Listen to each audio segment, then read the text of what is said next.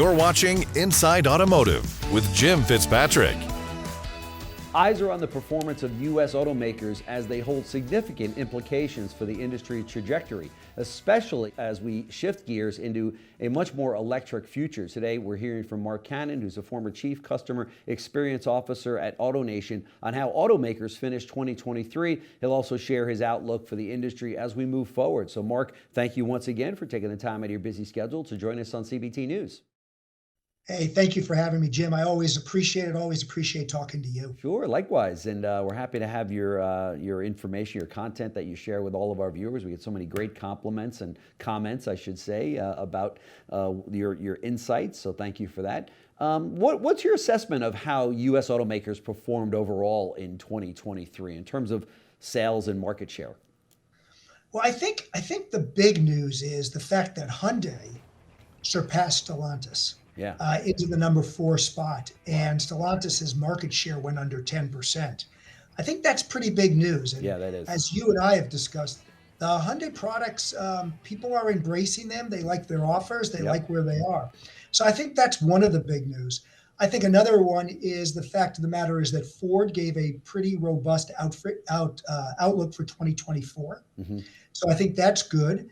No surprise in the fourth quarter, both the big 3 Detroit companies, GM, Stellantis, and Ford, all had problems because of the strike that took place in October. Remember, they were out the complete month of October. The strike was going on September and then all of October. That's right. So I think those are some of the big stories. And I think the final thing is Mercedes-Benz is changing up their strategy a little bit.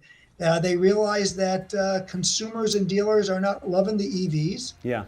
They're also looking to produce models with a lower price point. So a lot of news, a lot of exciting news, and it's been a really busy last 3 weeks. Yeah, that's for sure. Since you went there on the EVs, let's talk about that. What are OEMs going to do about this? I mean, obviously the dealers are sending letters to the president saying back off of this thing. They're talking to their factory reps saying, hey, these are the vehicles that's in our inventory that are now aging.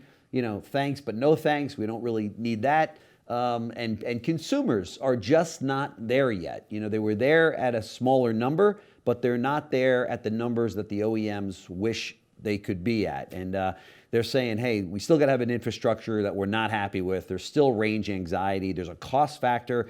The average vehicle price now, new vehicle price, is almost $50,000, while it's almost $60,000 on the EV side.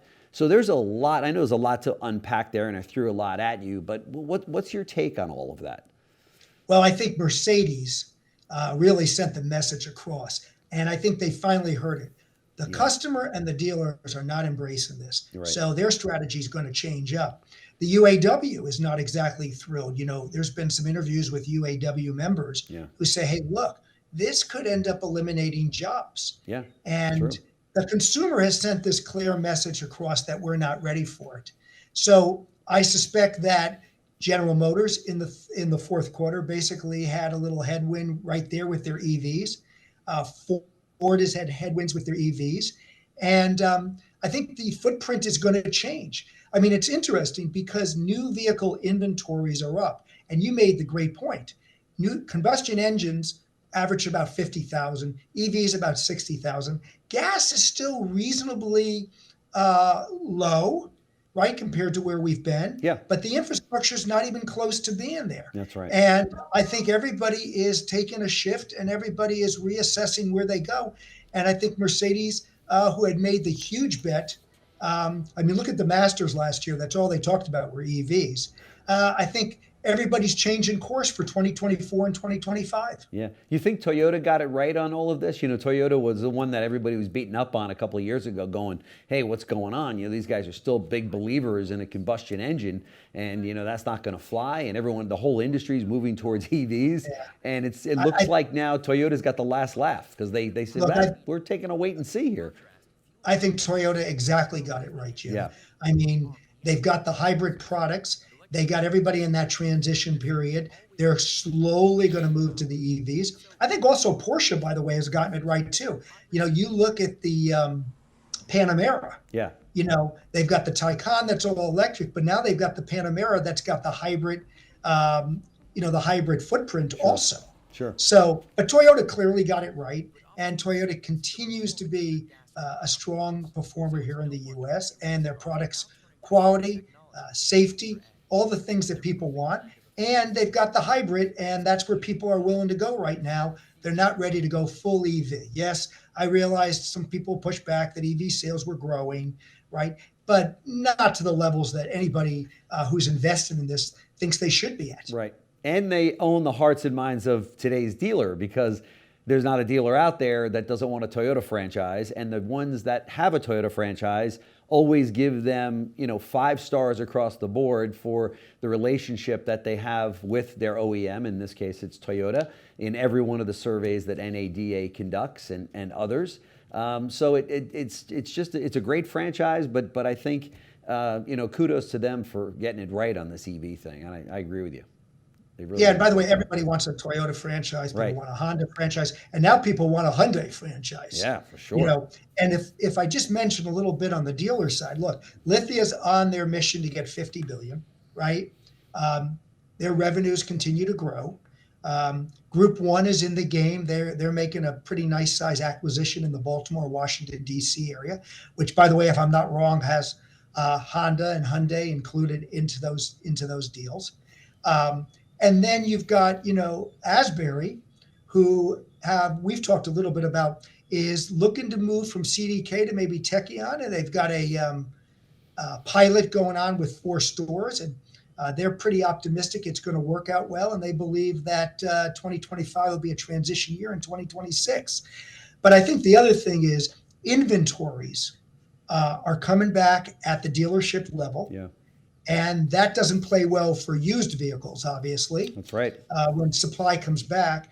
And I think the other thing is, what's amazing me is the price of a vehicle continues to be so high. Interest rates are high, and the consumer is still coming in for those new vehicles. It really is something. There's no question about it. I guess, with record low unemployment rates, everyone's got a job. If you don't have a job, then there's something wrong with you right now, because the jobs are everywhere. Everybody needs vehicles. Americans are still in love with their automobile. The average consumer keeps a car about 38 months. Even though they might have another 38 months to pay for the vehicle, they still want a new one. And that continues to be strong. But it really is amazing how retail automotive just keeps plowing along. I mean, we will be down versus 2023 and of course 2022, but as one analyst said recently at the J.D. Power Summit at NADA, we could still come out 30% higher in the industry than we were in 2019, even though the numbers are so far from 2021 and 2022. That's not bad. 30% higher than we were in 2019, and 2019 was a good year.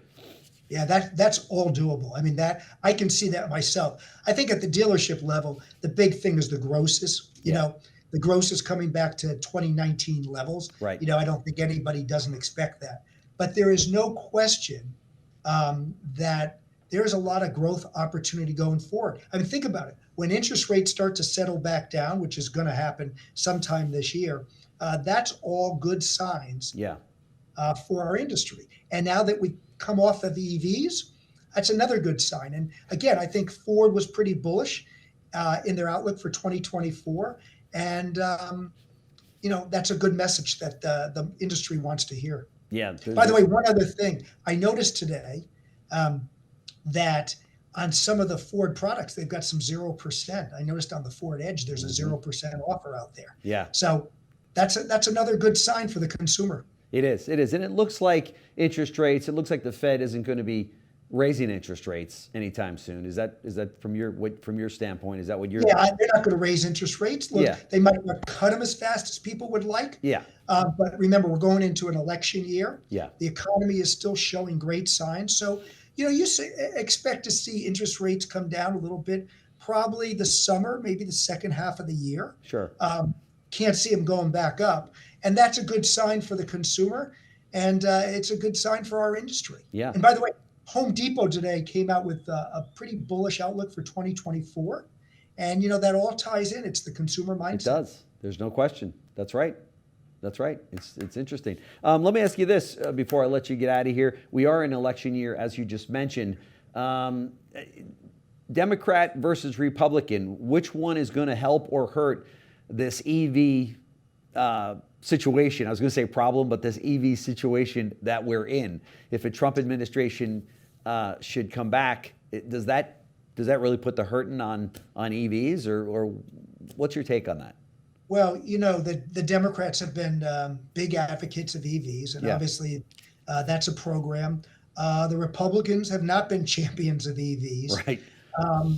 I think that you could have some whiplash, obviously, depending on who's running Washington. Sure. But the fact of the matter is, I think the OEMs are sorting it out themselves. Yeah. They're kind of realizing that they went way too far over, and I think they're coming back to reality. And one thing is, Washington is pretty darn dysfunctional. That's for sure. Yeah. And at times people always ask me, what do you think? And look, I have pretty strong political views.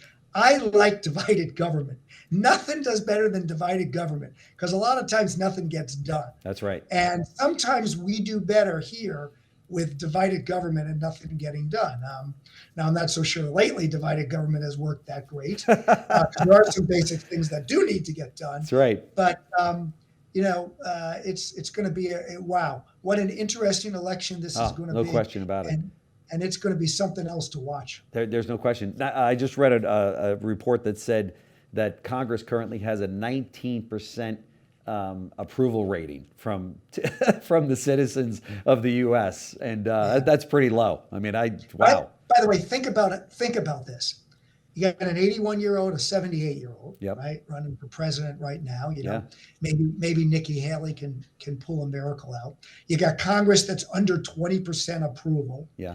And when you ask anybody who they like in Washington, nobody likes anybody. That's right.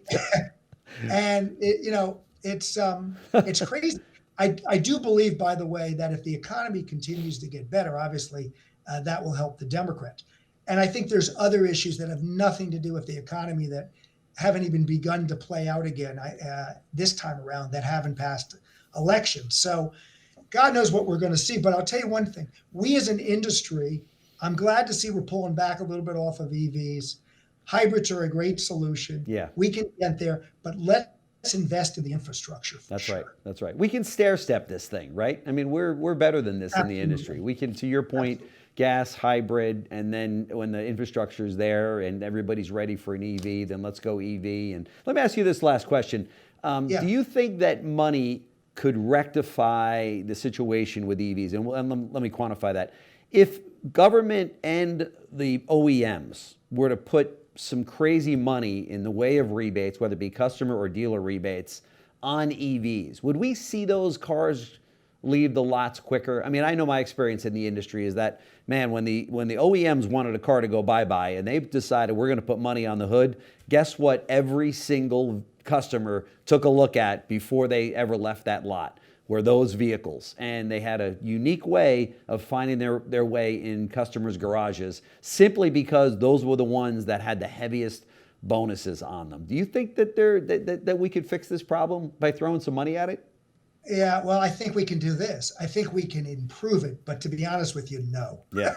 The consumer is just not there. Yeah. I mean, the mindset's not there. Yeah, you might have a good month, but that would be it. People get so nervous. I'm going to get stuck somewhere. I know. And the other thing is, they hear all these horror stories about when it's hot and you run your air conditioning, your battery drains. Yes. When it's you get all these kind of stories. I don't think the consumer is there yet. I think the thing that could be helpful is we could use a little education from the OEMs and the government about where we see this coming. But I still believe it's a slow walk. And, our friends at Toyota seem to continue to get it right. And again, I think some of the calls by the OEMs are the right thing to do. And I think it's going to come along, but let's not try to jam something you can't sell. That's right. That's right.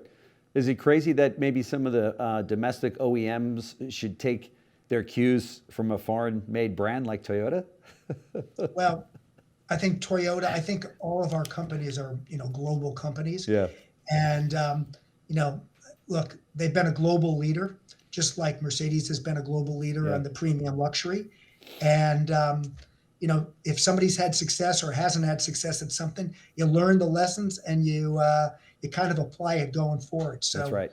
I don't think there's any reason why we shouldn't follow Toyota's lead. And like I said, I think Mercedes is finally going to get into the sweet spot right now with where they're going to go on their EVs and their combustion engines. Yeah, I agree. Marc Cannon, former Chief Customer Experience Officer at AutoNation, just a small little retailer in the car business. Thank you for joining us, and thank you for all of you watching here at CBT News. We're also now streaming on Roku and Apple TV, so check us out there. So, Marc, thank you so much for joining us. Really appreciate it. Hey, thanks, Jim. Great show. Always love being on. Thanks for watching Inside Automotive with Jim Fitzpatrick.